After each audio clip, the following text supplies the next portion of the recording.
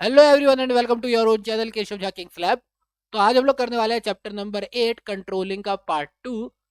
इससे पहले मैंने पार्ट 1 ऑलरेडी अपलोड कर दिया है, साथ ही साथ मैंने स्टाफिंग एंड डायरेक्टिंग इसकी भी सारी वीडियोस अपलोड कर रखी है। प्लेलिस्ट का लिंक आपको डिस्क्रिप्शन बॉक्स में मिल जाएगा, आप वहां से देख सकते हैं।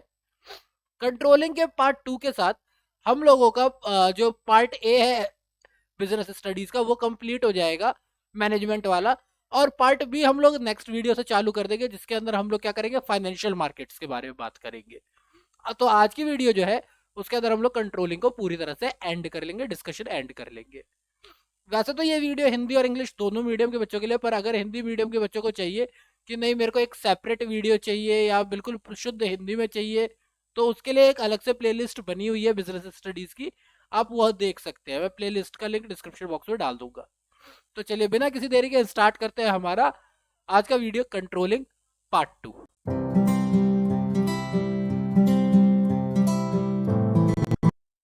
तो आज का जो हमारा पहला कॉन्सेप्ट है वो है कंट्रोलिंग प्रोसेस। देखो कंट्रोलिंग प्रोसेस में क्या होता है, आप सबसे पहले क्या करते हो, सेट करते हो स्टैंडर्ड्स को कि भाई काम कितना होना चाहिए। मान लो कि मैंने बोल दिया 50 यूनिट की प्रोडक्शन होनी चाहिए, ये यूनिट स्टैंडर्ड सेट कर दिए। फिर आप देखते हो कि अभी कितनी हो रही है, 40 बन रही है, 45 बन रही है, कितनी यूनिट एक्चुअली बन रही है। उसके बाद आप इसको कंपेयर करते हो, आप कंपेयर करते हो कि भाई ये फर्क आ रहा है तो क्यों आ रहा है, ठीक है। और इसी कंपेयर के बाद एक और स्टेप आता है जिससे आप इस डेविएशन के कॉजेस को समझते हो कि क्या है जिसकी वजह से डेविएशन आ रहा है, ठीक है। ये जो अंतर आ रहा है ये किस वजह से आ रहा है, आप ये मेजर करते हो। और जब वो वजह पता चल जाए तब आप उसके लिए टेक करते हो करेक्टिव एक्शंस को। तो चार ही स्टेजेस यहाँ पर आपको बताई गई है कि आप स्टैंडर्ड सेट करोगे, मेजर करोगे परफॉर्मेंस को, कंपेयर करोगे परफॉर्मेंस को, और टेक करोगे करेक्टिव एक्शंस को, ठीक है। तो चलिए फिर कंट्रोलिंग प्रोसेस के बारे में पढ़ते हैं। कंट्रोलिंग प्रोसेस में मैंने क्या बोला, सबसे पहले हम लोग क्या करेंगे, परफॉर्मेंस ऑफ स्टैंडर्ड को सेट करेंगे। आपकी एक स्टैंडर्ड सेट की जाएगी, एक लिमिट सेट की जाएगी कि भाई कम से कम काम इतना तो होना ही चाहिए, एक क्राइटेरिया सेट किया जाएगा, ठीक है। और इस क्राइटेरिया को क्यों सेट किया जाएगा, ताकि आपका जो एक्चुअल वर्क है हम उसको कंपेयर कर सके इस चीज से, ठीक है। Standards are the criteria against which actual performance would be measured, यानी एक्चुअल परफॉर्मेंस को मेजर किया जाएगा इसके हिसाब से। Thus, standard become basis for comparison and the manager insist on the following of standards. Basically क्या होता है, एक गोल होता है जो कि मैनेजर्स के पास होता है, ठीक है। इसको हम लोग क्या बोलेंगे, स्टैंडर्ड बोलेंगे इस गोल को। मैंने आपको बताया ना 50 यूनिट का, और आप एक्चुअली कितना प्रोडक्शन कर पा रहे हो, फिर जैसे 45 का ही कर पा रहे हो, तो देन इसकी कंपैरिजन होगी, ठीक है। Standards can be set both quantitative and qualitative. देखो मैंने क्वांटिटेटिव बताया, क्वालिटेटिव का मतलब तो आपको तभी पता चलेगा कि जैसे कि हमारे ये होते हैं डायमंड वगैरह होते हैं, डायमंड वगैरह में कैरेट होता है ना, कि कितने कैरेट का है, करेक्ट। आईएसआई मार्क्स वगैरह होते हैं, हॉल हॉल मार्क्स वगैरह होते हैं। आईएसआई क्या होता है, हॉल मार्क होता है ना दोस्तों, हॉल मार्क वगैरह होते हैं, करेक्ट। तो वो क्या बताते हैं, वो क्वालिटी के स्टैंडर्ड को सेट करते हैं। क्वांटिटेटिव तो हो गया नंबर कितने प्रोड्यूस करोगे, क्वालिटी यानी किस क्वालिटी का करोगे, 20 कैरेट का करोगे, 22 कैरेट का करोगे, 18 कैरेट का करोगे, क्या करोगे, ठीक है। It is important that the standard should be flexible enough to be modified whatever whenever required. यानी ये जो स्टैंडर्ड है ये ऐसे नहीं होने चाहिए जो एक बार फिक्स कर दिए तो कर दिए, दोबारा चेंज ही नहीं होंगे, नहीं, ये फ्लेक्सिबल होने चाहिए। तो स्टैंडर्ड कैसे होने चाहिए, फ्लेक्सिबल। स्टैंडर्ड को कैसा होना चाहिए, स्मार्ट होना चाहिए। ये एक एक्रोनिम है, इसकी फुल फॉर्म हम यहाँ पे पढ़ रहे हैं, शॉर्ट फॉर्म है। कैसा होना चाहिए, सिंपली एक्सप्रेस्ड। स्टैंडर्ड ऐसा एक्सप्रेस्ड होना चाहिए ताकि आपके एम्प्लॉयज को पता चले ना भाई बोलना क्या चाहते हो, क्या है आपका स्टैंडर्ड, तो सिंपली एक्सप्रेस्ड हो, वो मेजरेबल हो ताकि उसे नापा जा सके, ठीक है। मेजरेबल होना चाहिए, अटेनेबल भी होना चाहिए।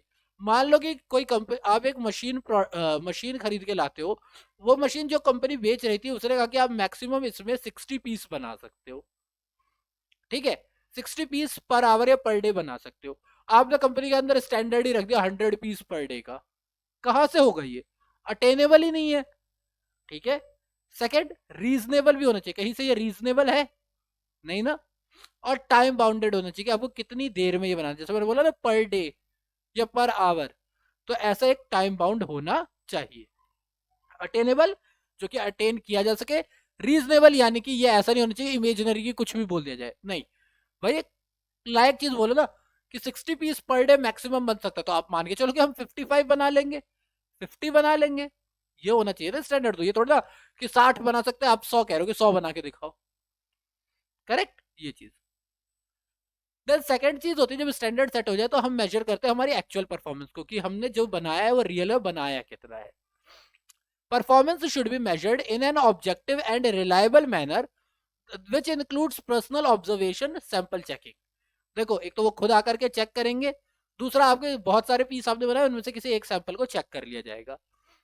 Performance should be measured in the same terms in which standards have been established. यानी कि अगर स्टैंडर्ड क्वालिटी वाले हैं तो सैंपल भी क्वालिटी वाले ही चेक होंगे, जो एक्चुअल परफॉर्मेंस होगी वो भी क्वालिटी को ही चेक करेगी। लेकिन अगर स्टैंडर्ड हमने क्वांटिटी की रखी है तो यहां पर भी हम लोग क्वांटिटी ही चेक करेंगे। ठीक है, अगर आप क्वांटिटी की बात करो तो क्वांटिटी को चेक करोगे, क्वालिटी की बात करो तो क्वालिटी को चेक करोगे। तो जैसा आपका स्टैंडर्ड होगा वैसा ही आपकी एक्चुअल परफॉर्मेंस चेक की जाएगी। This will facilitate comparison. ठीक है, देन आता है हमारा comparing actual performance with standard. अब आपके पास एक तरफ स्टैंडर्ड आ गया, एक तरफ आपके पास एक्चुअल आ गया। अब इनको कंपेयर करो कि स्टैंडर्ड ज्यादा है कि एक्चुअल ज्यादा है, स्टैंडर्ड कम है या एक्चुअल ज्यादा है, या दोनों बराबर है, क्या है। ठीक है, this steps involves comparison of actual performance with the standards. Such comparison will reveal the deviation between the actual and desired performance.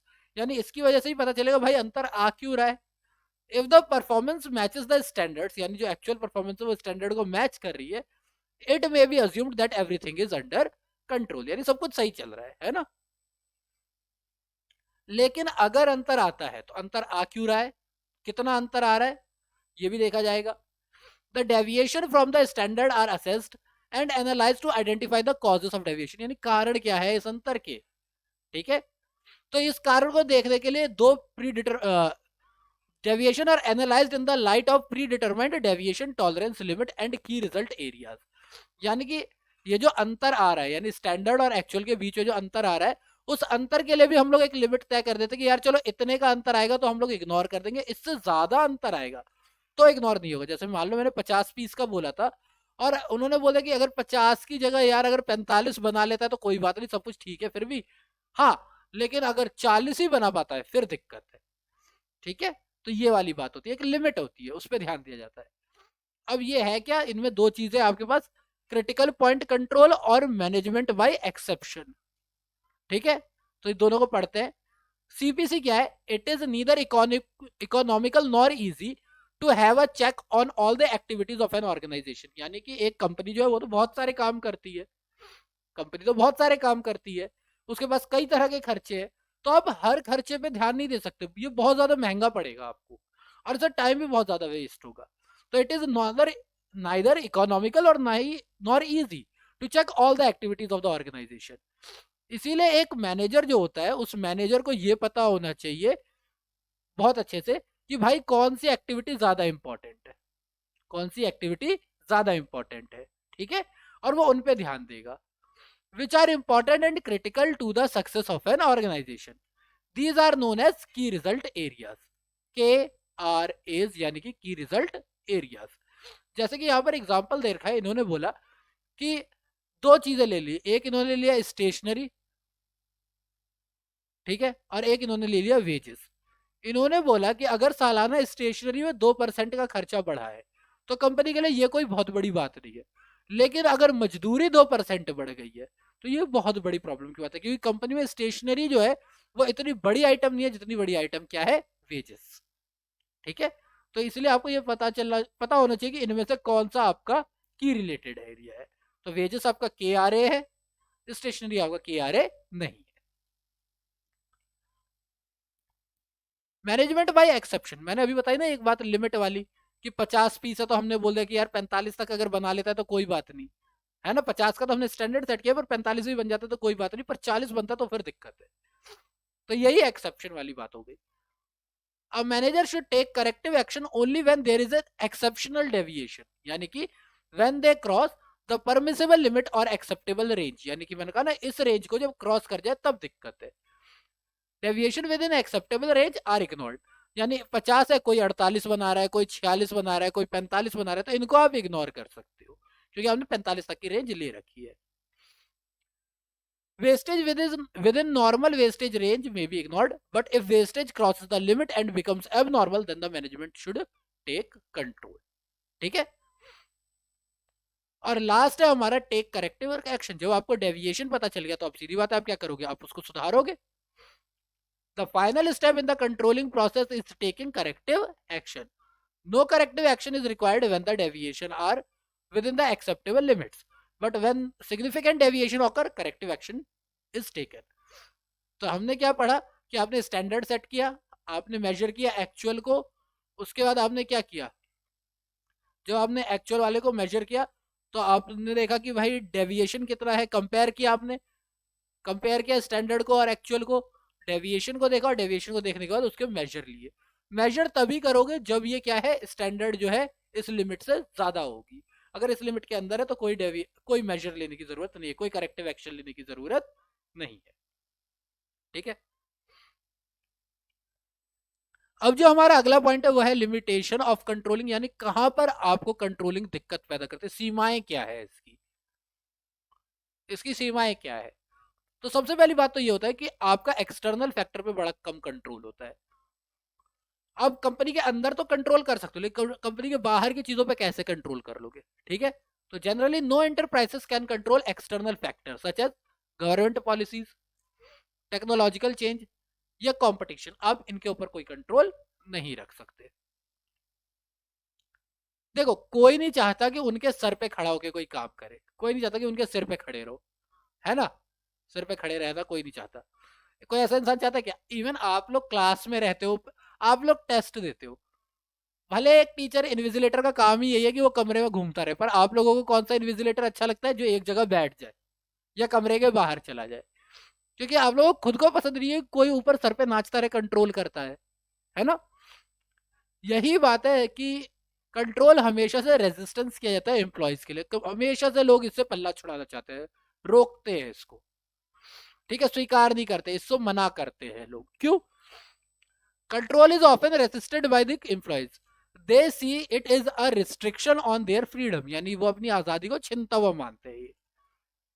Employ may resist and go against the use of cameras to observe them minutely, है ना, कि एक एक minute के लिए camera उन्हें notice कर रहा है, ये चीजें पसंद नहीं होती है।